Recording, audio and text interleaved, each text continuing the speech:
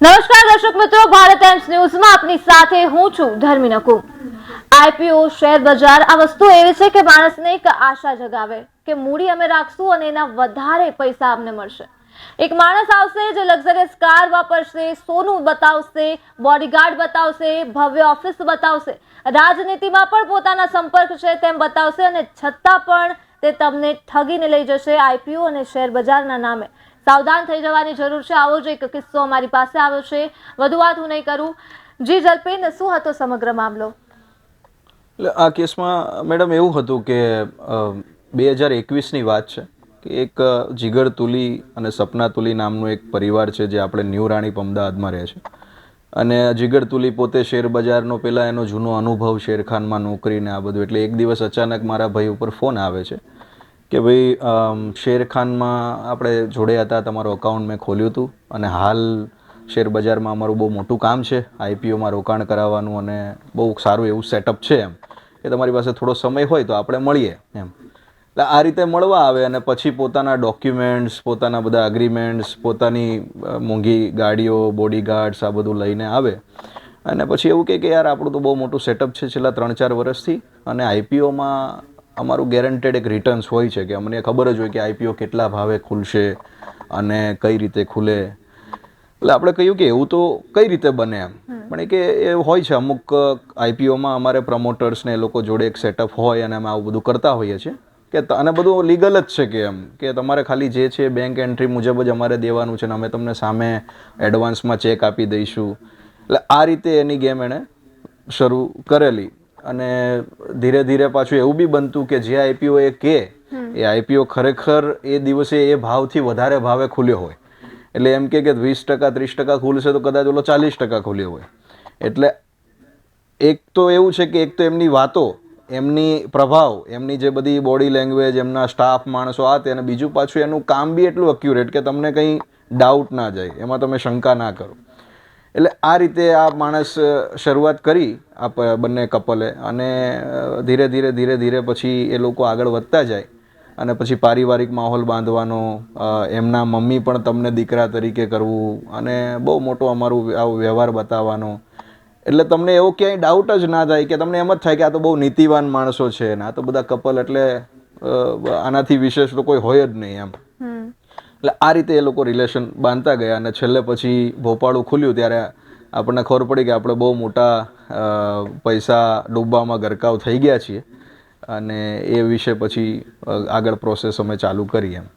તો એ જે પારિવારિક સંબંધો બાંધ્યા અને ત્યારબાદ તેમને કેવી રીતે તમારી પાસેથી પૈસા ઉઘરાવવાનું શરૂઆત કરી? એટલે આ કપલનું પછી બાદમાં મને આ બધી ખબર પડી કે આ પરિવારને જે લોકો ભોગ બન્યા હતા આ કપલથી, આ જીગર તુલી, સપના તુલી, હાલ એમની ન્યૂ રાણીપ આશ્રય 9માં એ લોકોનું રેસિડન્સ છે અને ત્યાં જ એમનું કોમર્શિયલ બિલ્ડિંગ છે, એમાં એમનું રહેવાસ છે, સોરી ઓફિસ છે બહુ મોટી, અને એમની પાસે સીએ, સીએસ, એકાઉન્ટન્ટ ને આખો સ્ટાફ હોય અને નીચે બોડીગાર્ડની ટીમો હોય અને એનું મેં બેઝિકલી જ્યારે ખબર પડી કે આ લોકો એવા માણસોને ગોતે કે જેની કોઈ એવી મોટા ગ્રુપ સાથે કે મોટા લોકો સાથે પરિચય છે કે જેના થકી હું બહુ મોટા રૂપિયા કઢાઈ શકીશ, એટલે એ એવા લોકોને ડે 1થી ટાર્ગેટ કરતા હોય છે। કારણ કે જ્યારે મને ખબર પડી, અમે તો 2022માં ભોગ બન્યા, પણ 2017-18માં લોકો ભોગ બનનારા છે કે જે લોકો બિચારા શેરબજારમાં રોકાણના નામે આ લોકો એમને ઠગ્યા હોય અને ઠગ્યા તો હોય પણ ઉલટી પાછી એ લોકો ઉપર ફરિયાદો કરેલી। એટલે એ લોકો એટલા સ્માર્ટ છે કે ઉલટા બિચારા પૈસા તો તમે ભૂલી જવાના, તમને તમારી ઉપર કેસ થાય એ નીકાળવામાં તમારે દોડધામ કરવાની। એટલે ખરેખર એમ થાય કે એક બહુ જ પ્રી પ્લાન સાથે આયોજનપૂર્વક બુદ્ધિ ચતુરાઈથી આખું પરિવાર ઇન્વોલ્વ થઈને કઈ રીતે તમારી જોડે બધા સંબંધો બાંધીને તમને વિશ્વાસમાં લેવા અને તમને એટલું જેન્યુઅન લગાડવું અને પછી છેલ્લે હાથ ઊંચા કરી દેવા કે ભાઈ મારે તો કંઈ દેવાના નીકળતા જ નથી। ઓકે, એટલે ત્યારબાદ તેને તમને કહ્યું કે તમે કોઈ લોકોને લાવો અને તેમની પાસેથી ઇન્વેસ્ટ કરાવો? હા, એ બી ઇન્ટરેસ્ટિંગ છે કે આ લોકો હંમેશા 1-2 માણસને જ હાથો બનાવે। એટલે સમજો કે તમે જ્યારે એની સાથે જોડાવ એટલે તમને શરૂઆતમાં 3-4 મહિના, 6 મહિના તો એટલું સરસ વળતર સેટ કરે, તમારી રૂપિયાને રોટેટ કરી દે અને તમારી જોડે એવા ટર્મ્સ બાંધી દે અને પછી એ લોકો એવું કરે કે હવે આપણે કોઈ બીજા લોકોને જોડીએ, બહુ રાઈટ ટાઈમ છે આપણે આગળ વધવાનું, આ તે બધું કરવાનું. એટલે આપણે જ્યારે કહીએ કે અમે લોકોને કહીશું પણ તમારે લોકોને સમજાવવાના અને કરવાનું, પણ એની રમત જ ત્યાંથી શરૂ થાય જ્યાં આપણે કદાચ મિસ કરી જઈએ કે લોકોને જ્યારે આપણે એમ મળાવવા લઈ જઈએ એટલે એ સમજાવે ખરા, પણ પછી જે રોકાણ જે કરવાનું એ તમારા થકી કરાવડાવે. એટલે લીગલ લેંગ્વેજમાં કહીએ તો એની માટે બહુ ઇઝી થઈ જાય હાથ ઊંચા કરવા કે હું તો કોઈને ઓળખતો જ નથી અને તમે આમાં મોટા વિક્ટીમ બની જાઓ, એટલે કે ભોગ બની જાઓ અને તમે બી આરોપી બની જાઓ. ઇન શોર્ટ કે તમે લોકો તમારી ઉપર છેલ્લે કે એટલે આ ગેમમાં લોકોને આપણે કનેક્ટ કર્યા, લોકોને એણે સમજાયું, લોકોને બધું જ એણે ડાયરેક્ટ બી લોકોએ રોકાણ કર્યું, પણ એણે આપણા નામની જ પછી કંપનીઓ ખોલાવે અને પછી આપણા થકી રૂપિયો ડાયવર્ટ કરાવે અને એવું કહે કે મારી પાસે બહુ બધી ઇન્વેસ્ટર લોબી છે, જો હું બધા જોડે ડાયરેક્ટ કનેક્ટ થાવ તો કદાચ મારે આ બધું બહુ મિસમેનેજમેન્ટ થઈ જાય. એટલે એટલું જેન્યુઅનિટીથી એ બધી જ વસ્તુઓ વાપરે એટલે કદાચ તમે બી એમાં આવી ગયા. અને અમે બી એવા એ સમયે લોભ લાલચમાં એવા ફસાયા કે ભાઈ રૂપિયો આપતા ગયા અને મારી જોડે અન્ય રોકાણકારો બધા જે ભોગ બનનારો બધા લોકો આપતા ગયા અને છેવટે એણે પછી બહુ મોટી રકમ બાકી હતી ને એણે હાથ ઊંચા કર્યા. એમ અંદાજે કેટલી રકમ ઇન્વેસ્ટ કરી છે તમે? અંદાજે આમ તમે જોવા જઈએ ને તો રોકાણ 37 કરોડથી પણ વધારે થયું હતું. અને બધાને નવાઈ લાગે પણ ખરેખર કેવું છે કે આ બધી લાલચ એવી બુરી બલા છે અને આવા લોકો માર્કેટમાં આવે છે કે જે લોકો એવી બધી સ્કીમો બતાવીને આ બધું કરતા હોય છે. અને છેલ્લે 17 કરોડ જેટલી અમારી મૂડી હાલ બાકી છે અને નફા સાથે તો 42 કરોડ જેટલા રૂપિયા બાકી છે. અને તમે કહો એટલા ચેક આપી દે, સિક્યુરિટી પેટે મૂડી પેટે લઈ જાઓ, અગ્રીમેન્ટ કરી આપે, તમે કહો એ રેડી કરવા. અને એમને કોઈ કાયદાની બીક નહીં, એમને બધા જ લૂપહોલ પોલીસ સિસ્ટમથી લઈને કાયદાના ખબર છે કે આમાં કશું જ થવાનું નથી. અને ખરેખર જ્યારે મેં આ બધું અમે ઘટના બની અને ભોગ બન્યા અને પછી જ્યારે પ્રયાસો ચાલુ કર્યા પૈસા રિકવર કરવા માટેના, ત્યારે મને ખરેખર ખબર પડી કે ભોગ બનનાર કરતાં ચીટર બનવું સારું, કેમ કે આપણી સિસ્ટમ આટલું શીખવાડી રહી છે ક્યાંક ને ક્યાંક અને આવા લોકોને જ વધારે મોટા કરી રહી છે. કારણ કે આ ઘટનામાં 2 વર્ષ મેં સતત મહેનત કરી. તમે નહીં માનો, local police station, crime branch Gaikwad લઈ લો, પીસીબી શાખા લઈ લો, CID ક્રાઇમ લઈ લઈએ, CMO, ગ્રીવન્સ ડિપાર્ટમેન્ટ તમે જેટલા કહી દો, ઓનલાઈન મુખ્યમંત્રી ઓનલાઈન સ્વાગત કાર્યક્રમ, જિલ્લા સ્વાગત કાર્યક્રમ, આવા અનેકો જેટલા ડિપાર્ટમેન્ટ મને મારી જાતે મળ્યા, લોકોએ સલાહ સૂચન કર્યા, બધે જ જઈ આવ્યો. છેવટે તો મને આરોપીની સાથે સાથે ફરિયાદીના FSL કરવા પડ્યા એવું DGP સાહેબે કરાવડાવ્યું કે ભાઈ આ જો વ્યક્તિ આનથી ડરી જતો હોય તો કદાચ આપણી મેટર સોલ્વ થઈ જાય. એટલે ફરિયાદીના બી FSL 6 દિવસ સવારથી સાંજ સુધી લેબોરેટરીમાં રાખીને ફરિયાદી સાચો છે કે નહીં એના ગુના પહેલાં તમારા ટેસ્ટ કરાવે છે. એટલે આ બધી ઘટનાઓ બની છે. તમને અંદાજો ક્યારે આવ્યો કે તમારી સાથે ઠગાઈ થઈ છે? આ ઠગાઈ જ્યારે ધીમે ધીમે મોટી રકમ જ્યારે અમે નાખી એના પછી એમણે એવી રમતો ચાલુ કરી કે હાલ આઈપીઓમાં થોડું વળતરમાં વાર લાગશે, અત્યારે IPO થોડોક ડાઉન ચાલે છે, એકાદ મહિનો ખમી જાઓ, એમ કરીને એણે 1-2 મહિના કાઢ્યા. એટલે જે ચેકો આપતા હતા એક્સપાયર થતા ગયા એટલે લોકો પછી થોડા ગભરાતા ગયા. અને પછી જ્યારે અમે એમને મળવાનું કહેતા વારે એટલે એ ભાઈ હાજર ના હોય, દિલ્હી છું, મુંબઈ છું, આવા બધા કારણો આપે કે મારે બીજા બધા ઇન્વેસ્ટર લોબી છે, આ છે તે છે.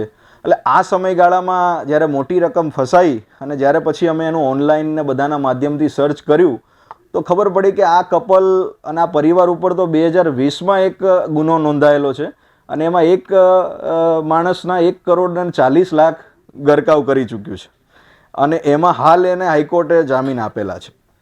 એટલે આપણને એમ થયું કે આ તો કંઈક આપણું ખોટું થયું એવું લાગે છે. અને પછી જેમ જેમ આગળ વધતા ગયા એમ ખબર પડી કે હવે તો આ લડાઈ લડવી પડશે, એમ કે આ માણસ તમે એક ચીટર સાથે પાલો પડ્યો છે, કોઈ સામાન્ય માણસ નથી જેનો આ ધંધો છે શેર બજારના નામે રોકાણ કરાવવાનો ને એ બધું. તો જ્યારે તમને ખબર પડી ચીટિંગ થઈ છે ને ત્યારબાદ એને તમારી સાથે મુલાકાત કરી, તો એને લીગલી તમારી સાથે ઈમેલ દ્વારા સંપર્ક કર્યો, તો તે અમારા દર્શક મિત્રોને જણાવશો? એટલે પેલું નોટિસ, હા જી, ઈમેલ જે તમને આપ્યો હતો. એટલે એક ઓપરેન્ડી તમે જોવા જેવી એવી છે આ ચીટિંગની, કે આ માણસ અને આ પરિવાર આજથી નહીં પહેલેથી જ એવું કરે છે કે જેવું તમારી કોઈ મોટી ઘટના અને મોટું ફ્રોડ તમારી જોડે થાય કે તમારી પાસે આવી રકમ બાકી છે, એટલે તમે કંઈ કરવા જાઓ એની પહેલાં એ જ તમને ડિમાન્ડ નોટિસ, એમની પાસે વકીલની ટીમ ને બધું રેડી જ હોય કે મોકલી દે, અને ડિમાન્ડ નોટિસ મોકલી દે. અને પછી તમે કંઈ પણ જગ્યાએ જાઓ, કોઈ પણ પોલીસ મથકમાં એને બોલાવવામાં આવે એટલે બિંદાસ સામે આવી જાય, અને પોલીસને એને એ લોકો અધિકારીઓને એવું જ કે જો સાહેબ અમે પહેલાં દાવો કરેલો છે, અમારું તો ઓલરેડી લીગલ પ્રોસેસ ચાલુ છે, ખરેખર મારે લેવાના નીકળે છે. એટલે આ મેટરને ક્રિમિનલ સ્વરૂપમાંથી સિવિલ સ્વરૂપ આપી દેવાનું. અને આવી બધી મેટરમાં પોલીસ બી વિચારે કે ભાઈ હવે આમાં ક્યાં આપણે પડવું, કે ભાઈ આમાં તો કંઈક ડાઉટફુલ લાગે છે. એટલે આ જ આમની ઓપરેન્ડી, પહેલાં જ દાવો કરવાનો, પહેલાં જ ઊંધા આરોપ મૂકી દેવાના, પહેલાં જ તમને ફસાઈ દેવાના. મારા વિરુદ્ધ અને અમારા બીજા રોકાણકારો વિરુદ્ધ એણે સાબરમતી પોલીસ સ્ટેશનમાં પણ 2 વાર આવા પ્રયાસ કર્યા કે ભાઈ આ માણસો, જલ્પીનભાઈને એમના માણસો આવીને અહીંયા ધાકધમકી આપી રહ્યા છે, ઉઘરાણી કરી રહ્યા છે. ખરેખર આપણે રૂપિયા લેવા માટે એ બોલાવે ને આપણે એની ઓફિસે જઈએ, એ 2 દિવસ પછી આવી ફરિયાદ આપી દે કે ભાઈ આ લોકો તો ઊંધું કરી રહ્યા છે. અને પોલીસ આપણું સાંભળ્યા પહેલાં એનું વધારે સાંભળે. એ બી એક ઇન્ટરેસ્ટિંગ પોઈન્ટ છે તમારું. છેલ્લે આ તો ઠીક છે કે નસીબે આપણે આટલા રિયલ છીએ અને આપણે જેન્યુઅન રીતે બધું સમજાઈએ તો સમજે, પણ છેલ્લે પાછું એવું કહી દે કે તમારે ઓફિસે તો ના જ જવાય. એટલે કહેવાનું એ કે ભાઈ તમારે પૈસા લેવા હોય તો જે કરવું એ કરો, પણ તમારે એના એરિયામાં ક્યાંય જવાય નહીં. તો મેં કીધું હવે આ અગ્રીમેન્ટ થયા હોય, મારી પાસે કાગળ હોય, મારા પૈસા જેની પાસે લેવાના હોય તો હું એની પાસે જઉં કે કોની પાસે જઉં એમ.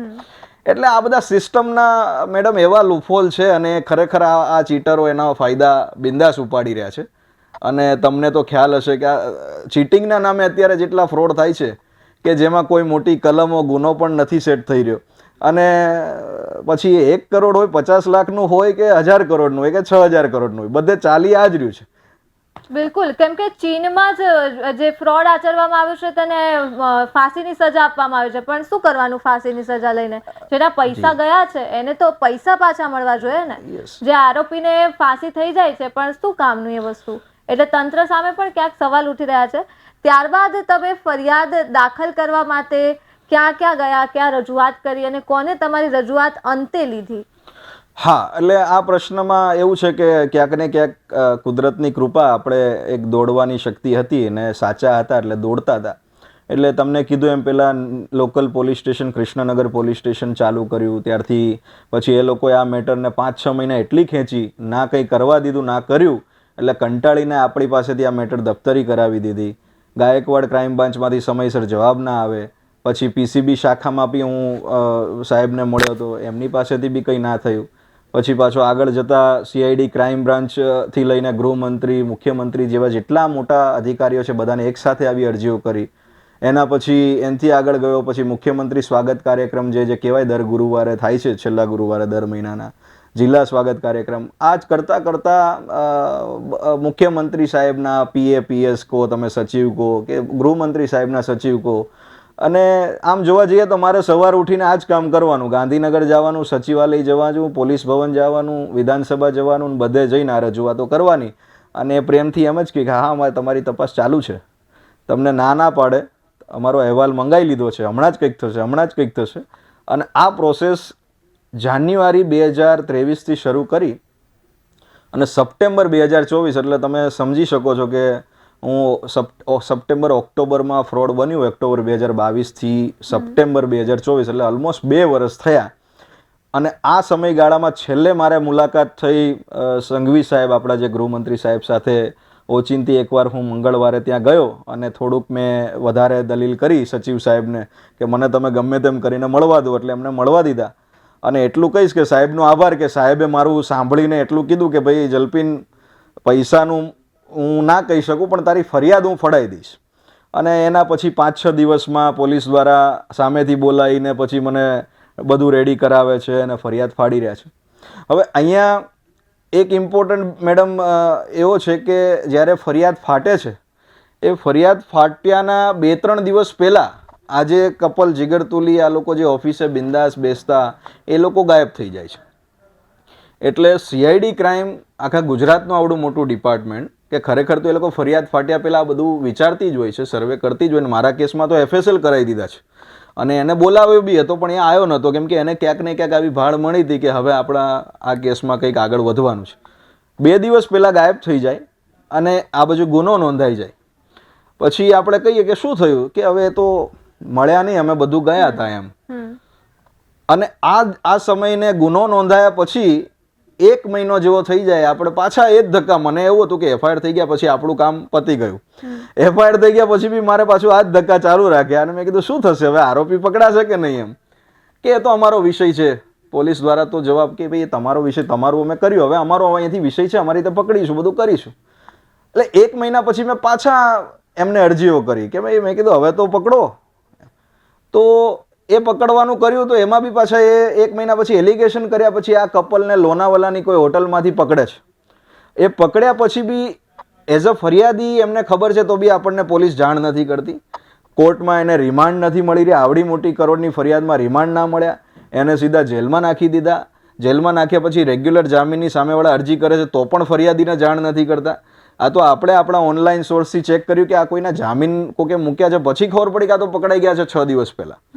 એટલે હાલ તો રેગ્યુલર જામીન બી એમના રિજેક્ટ થયા છે. સપના તુલિયા મૂક્યા હતા નીચલી કોર્ટમાં. પણ આ લડાઈ આ રીતે અમારી ચાલી રહી છે છેલ્લા 2 વર્ષથી. અને હવે વિચારીએ છીએ કે આમાં શું ન્યાય મળવાની શક્યતા છે કે નહીં, કેમ કે અમારા મતે ન્યાય એટલે તો પૈસો. આટલી મોટી રૂપિયાની રકમ ગઈ છે, જો આ રિકવરી થઈ શકે તો જ મોટી વસ્તુ છે, બાકી તો જોઈએ. બિલકુલ જલ્પીન, અંતે તમારી શું માંગ છે આ સમગ્ર મામલે? તમે શું કહેવા માંગશો અને કેવા પ્રકારની કાર્યવાહી થાય જેથી અન્ય લોકો સાથે આવી જે ઠગાઈ થઈ છે અન્ય લોકો સાથે ના થાય? માંગ તો એટલી જ છે મેડમ કે આપના થકી હું એટલું જ કહી શકીશ કે ખરેખર આ ફ્રોડ છેતરપિંડીને જેટલું નાનું સમજવામાં આવે છે એટલું ના સમજે.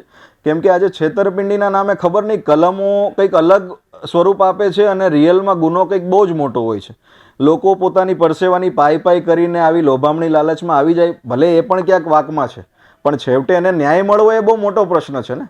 તો આવા લોકોને આટલો મોટો કેમ આ મળવું, આટલો બધો ખુલ્લો દોર મળવો? તમે જોઈ શકો છો કમસે કમ 157 કરોડથી વધુ લોકોની ઠગાઈ થઈ છે. 90 લોકોનું લિસ્ટ તો મારી પાસે આવ્યું છે, મારા સિવાયના કેટલા હશે તો ખબર નહીં. આના વિરુદ્ધ હજી કેટલી બીજી ફરિયાદો ચાલી રહી છે. કોર્ટમાં 42થી વધુ તો ચેકોની ફરિયાદો છે. અને આ બધી ફરિયાદોમાં લૂપહોલ એટલા છે મેડમ કે એનો કોઈ સમયનો અંત નથી. 1 વર્ષ, 2 વર્ષ, 3 વર્ષ. એટલે એટલું જ કહીશ કે જલ્દી ક્યાંક ન્યાય મળે, આ પ્રણાલી કંઈક ફાસ્ટ થાય, આ બધા લૂપહોલ ઓછા થાય. હજુ આરોપી ઓફિસો ખોલીને બેઠા છે. આરોપી જેલમાં છે તો એના સ્ટાફ હજી જ ઓફિસો ખોલીને બધાને આ ધંધો કરી રહ્યા છે. એટલે પોલીસને આ બધી જ જાણકારી હોવા છતાંય કે અમે આમાં કંઈ કરી શકીએ નહીં, અમે અમારી રીતે તપાસ ચાલુ છે. એટલે એટલું જ છે કે કદાચ આ સિસ્ટમને આ બધી જાણ છે જ. આપના માધ્યમથી એટલી જ રજૂઆત કે આ સિસ્ટમ આ જાણને સક્રિય બનાવીને હવે ખરેખર નિષ્પક્ષ તપાસમાં આગળ વધે તો અમારી જેવા લોકોને ખરેખર આનો કોઈક લાભ બને અને આગળ આવા કોઈ ભોગ નવા લોકો ના બને, એ કદાચ બની શકે એમ. જી બિલકુલ જલ્પીન, અમારી સાથે વાત કરવા બદલ ખૂબ આભાર. તો દર્શક મિત્રો, IPO અને શેર બજારમાં તમારા પૈસા નાખતા પહેલા 100 વખત વિચારજો, કેમ કે આવા લોકો તમારા પૈસા ઠગવા માટે જ બેઠા છે. તમે વિચારશો કે પૈસા ડબલ થશે, પરંતુ તેઓ તમને ભવ્યતા, તેમની સત્તા, તેમનો રોબ જમાવીને તમને છેતરશે. પણ હવે સાવધાન થવાનો સમય આવ્યો છે. વધુ વાત નહીં કરું, ફરી મળીશું એક નવા વિષય સાથે. ત્યાં સુધી જોતા રહો ભારત ટાઈમ્સ ન્યૂઝ.